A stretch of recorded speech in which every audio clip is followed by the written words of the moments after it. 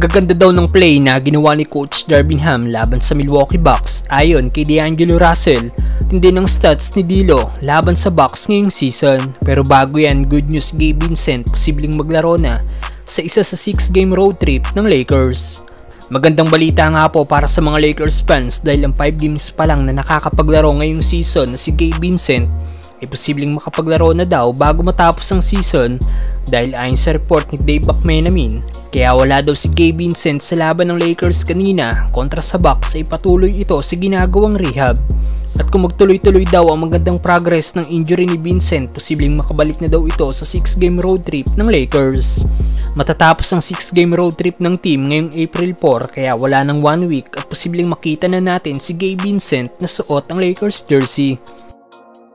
Samantalang D'Lo, pinuri si Coach Darvin Ham dahil sa magagandang play na ginawa nito laban sa Milwaukee Bucks.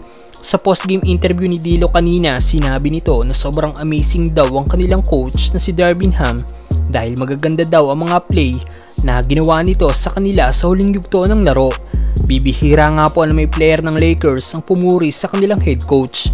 Para naman kay D'Lo, solid game na naman ang ginawa ng Lakers guard kung saan nagtapos ito na may 29 points, 7 rebounds at 12 assists. Clutch na clutch din si D'Lo dahil ito ang gumawa ng clutch free throw para ma-push sa second overtime ang laban. Ibang confidence rin ang meron si Russell pagkalaban nila ang Milwaukee dahil ngayong season nag-average ang Lakers guard ng 36.5 points, 6.5 rebounds at 10.5 assists. Narito ang naging highlights ni D'Lo laban sa Milwaukee Bucks. First quarter, more on assist ang ginawa ni D'Lo.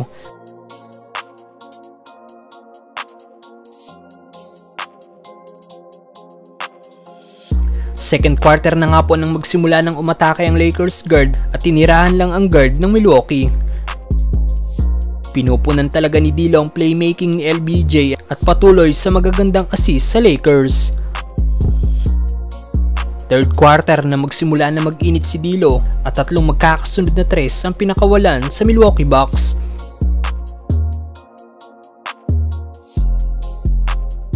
Napa-timeout na ang Bucks dahil tinapyas na ni D'Lo sa single digit ang lamang ng home team.